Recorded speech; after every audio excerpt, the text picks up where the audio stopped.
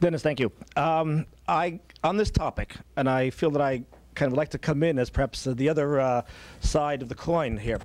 The question was, are the Muslims coming here to change the world, to change America?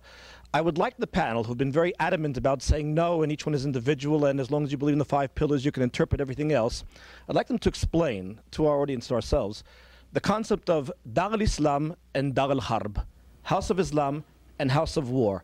We see this concept being generally accepted throughout the Islamic world. We heard from the teachings in the Al-Azhar in Cairo, the Oracle of Islam, if you want, through the Ayatollahs in Iran, and to the Islamic conferences and conventions here in the United States, in Secaucus, New Jersey, in Kansas City, in Chicago.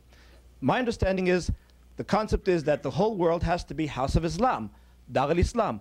Otherwise, it's Dar al-Harb, House of War. If I'm wrong, correct me. Absolutely. Hala, please. Well, I mean, the history of Islam from its inception, as I said, is a history of tolerance.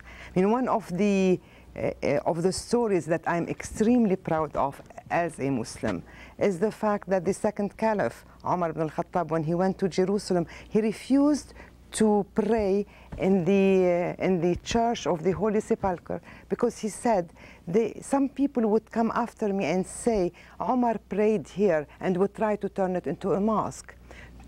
As a respect for the Christian religion, he refused to pray in that church. The Muslims were protective of the Jews and the Christians that lived amidst them in the Muslim world and never considered them as Dar al-Harb.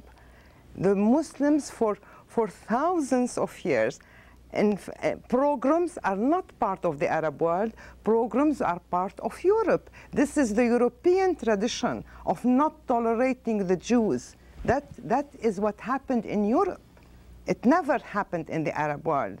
Throughout history, if we have a problem now with the Jews, it's a problem with Israel. After the creation of the state of Israel, it's a political problem and not a religious problem. Islam has always shown great respect for every other religion.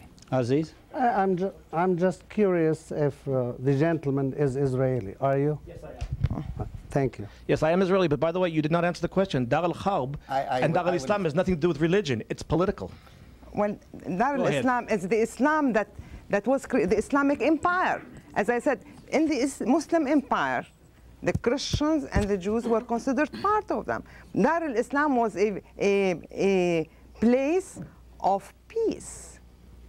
Okay, it was Ahmad, a place of peace, not a place of war. Yeah. There's a